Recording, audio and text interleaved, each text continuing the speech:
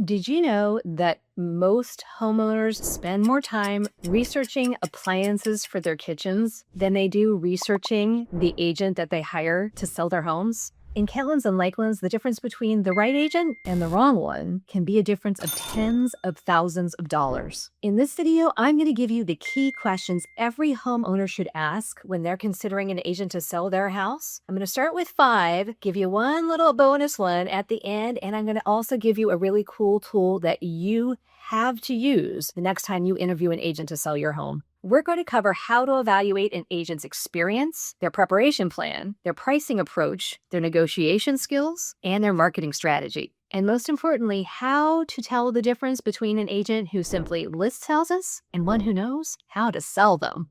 I'm Meredith Fogel with the List Realty, and our team has helped hundreds of families right here in Kentlands and Lakelands successfully sell their properties, often moving from one house to the next right here in the neighborhood. If you're thinking about buying or selling here in the Kentlands and Lakelands, subscribe. We regularly share insights so you can make the best decisions when you're ready. So some of the key things that I think people get confused about are the different types of agents. There is a listing agent and there is a buyer's agent, and there's a difference between a real estate agent and a realtor. So we're going to talk about those differences right now. The listing agent is the agent the seller hires to sell their property. The listing agent has some very key responsibilities, including preparing the home for sale, providing guidance on pricing, marketing the heck out of the property. That is one of our biggest jobs, no matter what kind of market we're in. And then what I call deal support, which is making sure that the transaction stays intact between the time of contract and settlement. My sellers often hear me say getting the contract is the easy part. Keeping the contract on track from the time of contract ratification, which is when everybody's agreed to all of the terms, to settlement, when you actually get the proceeds for your sale. That's where the real skill and expertise comes in. And I can't tell you how many times sellers have come to me because that ball has been dropped by another agent. If you get to the settlement table and you don't have a buyer there, the whole process was for naught. You want to make sure you've got an experienced, expert listing agent who can make sure that that process is seamless and that it's pretty stress-free for you. So we also have buyer's agents here in Maryland, and buyer's agents are the agents who represent the buyer.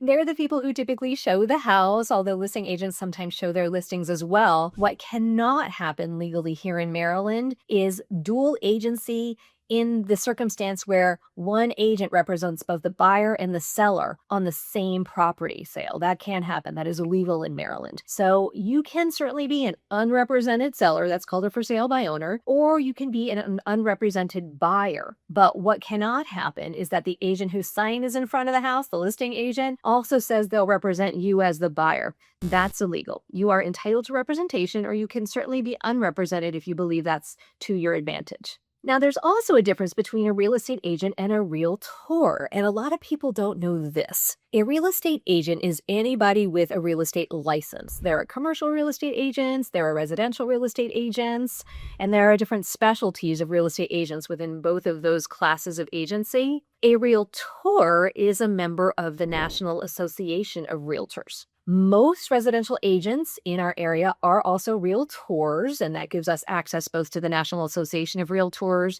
and our local organizations. For us, that is the Maryland Association of Realtors and the Greater Capital Area Association of Realtors. Why it's important for sellers to know this is because we adhere to a very specific code of ethics that elevates the interests of the public and the client above the interests of us as agents. So we're held to a very different standard, and our service is client-centric. It's a vast difference between the realtor and the real estate agent, both usually in theory and in practice. So important for you when you're hiring an agent to ask that question, are you a real estate agent and/or are you a realtor? When you're looking for an agent to hire as a real estate agent or realtor to sell your house, there are a couple of strategies that are really wise to consider. One is ask your neighbors. A really good agent will have signs all around the community, and one of the reasons for that is people choose them over and over again based on track record and also based on fabulous experience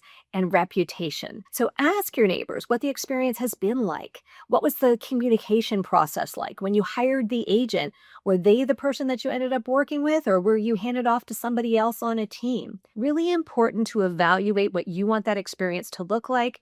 Most sellers want a hands-on experience where the agent that they hire is the agent that they're going to interface with all throughout the transaction. Also, because that agent is the person who is going to be engaging with the buyers and the agents who are interested in your property. That's the expertise that you're paying for.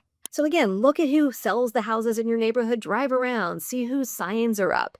That is all a sign of success in your neighborhood, especially in a neighborhood here like Kentlands and Lakelands where everybody talks to each other. You know, if somebody has a lot of signs up, that means that good things are being said about their service and they're somebody that you should at least consider. Another really smart strategy, attend open houses. Check out the open house agents. Are they agents who are engaging the people who come in? Are they asking questions? Here's what you don't want. An agent who ignores the customer when they come in, who's looking down at a book, a computer, a crossword puzzle, or doesn't get off their phone the whole time. You want to make sure the agent is engaging with you, greeting you, telling you a few things about the house. And at the end, super important, making sure that they know whether you're interested in this house or not. Because again, you're looking for an agent who's going to sell your house, especially when they're in front of prospective buyers coming through an open. You also want to research online activity. Check out the agent's website. Make sure that they're active, that there are lots of houses that they have presented, that their own listings on the website.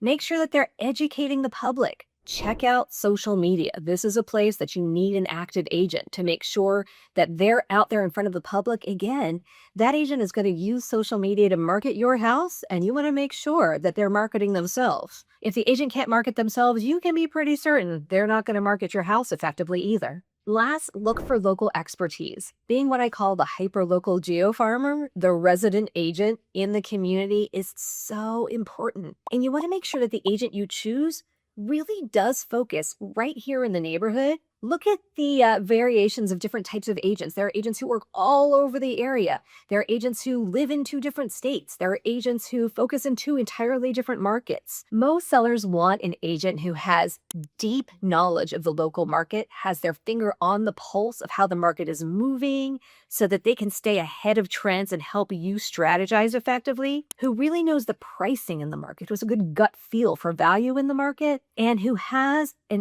network of people, buyers and agents, to help them market their property. It's incredibly important to have somebody with that kind of local knowledge. And just from a practical perspective, you want to have an agent who, when somebody calls to see your house, they're around the corner and they can go show it, because guess what? Your listing agent can sell that house better than anybody else. In Kentlands and Lakelands especially, local expertise is vastly important because the buyer pool is very specific and pricing trends are extremely nuanced. So here is what the interview of your agent should look like. And again, stick around till the end. I'm going to give you a cool tool you can use when you are interviewing your agent, whether it's here in Kentlands or Lakelands or anywhere in the country. So you might be interviewing multiple agents. Most of the time, you're going to get the advice that you should interview 2 or 3. Sometimes there is an obvious natural choice. Might be the hyper-local geo-farmer in your market, like here in Kentlands and Lakelands. For this market, that's me. But if you are interviewing multiple agents, you might just want to do that purely for education. There's some key things that you want to ask at that initial interview.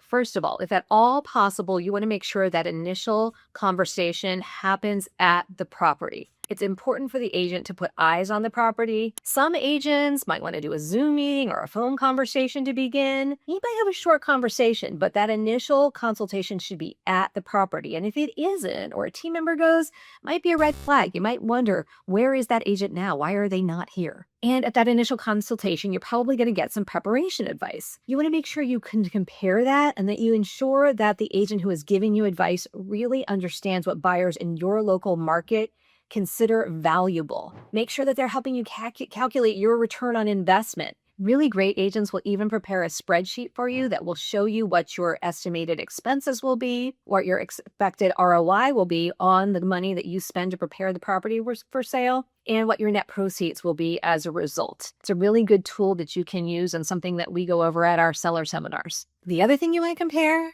marketing plans. And these vary vastly between agents. There are lots of agents, sadly, who stick the sign out front, put the house in the MLS, and then cross their fingers that the house sells. Please do not hire that agent. Hire the agent who's going to make the biggest investment, both in terms of effort and money, in marketing your house. It has a real impact on your bottom line when you sell. And the other little tip I'm going to give you is to compare responsiveness. Communication during the process is vital, and it can be the difference between you being up at night wondering what's going on and sweating bullets and feeling very confident that the process is in the hands of an experienced person. Make sure that when you are evaluating the agent, they're doing things like they're confirming the appointment with you, they're picking up the phone or answering a text, they're available to you, they're quick in email response. So you want to make sure that the agent you choose is going to be communicative, not in a pestering way, but that they're going to be there for you so you're never wondering what's happening during the process. Remember, the interview is not about who you like. The interview is about who is going to be most prepared and most effective in selling your home. Here's question 1, and you can sometimes kind of answer this one through some research yourself. What are your clients saying about you? Go online. Look at testimonials, look at reviews on Google, on Zillow. Make sure the agent you're choosing has stellar reviews and has multiple reviews. If an agent has very few reviews, could be that they're just not that experienced. Or if an agent has repetitive negative reviews, there might be an issue there. So again, make sure that people are saying exceptional things about the exceptional service that you're expecting. One of the things you're looking for is a consistent, exceptional client experience. After all, that's what you want when you sell. Question 2, how many homes do you sell? And by sell, I mean list. When you're hiring an agent, you want an expert at listing because again, there's a skill set that goes with a listing agent and it is very different from a skill set that a buyer's agent has. Remember, your listing agent needs to be expert at preparing, expert at guiding you toward the right pricing, expert at marketing, and expert at negotiating in a way that most buyer's agents are not. And I gotta tell you, a lot of the time, the listing agent is also doing some of the buyer's agent's job, unless we have a really exceptional buyer's agent on the other side, making sure the transaction stays on track, which for you as a seller, of course, crucial to your sale. Question 3, what are you going to do to help me prepare my house for sale? So many listing agents just don't have the capability or the bench depth to help concierge the preparation process. Again, this should be hassle-free for you. You should be getting to concentrate on your next step, that new house, the downsize, the new location that you're moving to, what your next chapter is, rather than getting ready to get this house ready for sale. So have an agent tell you exactly what they're going to do to help. How do they concierge the process? What resources do they have available to you? Can they help in a hands-on way? Our team sometimes is going in and literally doing the heavy lifting, moving furniture for people, doing the little last-minute pieces, or just managing the vendors so that, again, we make sure that our sellers are able to concentrate on what's most important for them. We do the things that we're expert at. Question 4. Really important question. How will you market my home for sale? Again, the marketing plan makes all the difference. If possible, ask an agent for a schedule of their marketing services and examples of their marketing. Have them pull out their phone and show you what they do for videography, show you what they do for social media. Make sure that they're doing a virtual tour on your house. Make sure that if it's appropriate, they're using aerial photography. Make sure that they are using all of the technology and innovations that are available now to cast the widest net to get as many eyes on your property as possible, because the better the exposure, the better the chances of getting an offer or multiple offers, and the best bottom line in terms for you. And this is kind of a little bit of a new trend, but this is going to be a lasting strategy. Make sure you have an agent who understands AI and is harnessing the power of AI so that your home is AI discoverable by buyers who are using AI as a tool to search, which most of them are these days. Question 5 is, how do you evaluate offers? This is a really important piece. And again, this is something that most listing agents don't talk about with sellers at the beginning. You want to know exactly what that process looks like. So when offers come in, how are you making sure that those offers are viable, that the buyers are qualified? How are you evaluating the lender on the other end of the transaction if financing is in place? How are you evaluating the agent on the other side? All of these things make a difference and matter. How are you helping me evaluate each of the terms? Here at the list, we use a spreadsheet so that we put all of the terms side by side, send them to our sellers along with the offer, so that by the time we're sitting down to evaluate the offers and to make a choice, you as a seller know every single term of the offer, how those terms affect your net proceeds, any questions and concerns we have, we're having answered ahead of time. So during that meeting, you're selecting the offer, or sometimes we're going back and negotiating a couple of offers against each other again, all for the purpose of making sure that you have the most solid offer with the best terms for you. All right, so here's bonus question number 6 that I was told you I was going to wait till the end for, and this is, what are your fees? Specifically listen for how the listing agent that you're evaluating explains the repercussions of the NAR settlement. There's some very specific red flags to listen for. I'm going to go over these in a future video, but make sure that the answer is not there is one set lump sum commission that you're going to pay, because guess what?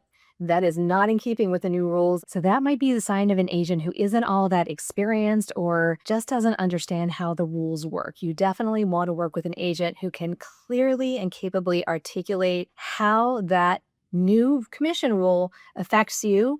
For us, it has helped us put a lot more money into our sellers' pockets. It gives us another term that we can negotiate. So if you are interviewing multiple agents, or even just one, make sure you ask, what's your experience? How many listings have you sold? How much do you list versus how much do you work with buyers? What's your approach to pricing? What do you think gives sellers the very best results? What do you do to prepare the property for sale, and how much can you help with that preparation? What's your negotiating strategy? And how do you ensure that the offers that I'm going to be considering are valid offers with qualified buyers and capable lenders and agents on the other end? And last, but certainly not least, what do your past clients say about you? Remember, that sign that goes up in your front yard says almost as much about you as it does about the agent you choose, and can make or break the success of your sale.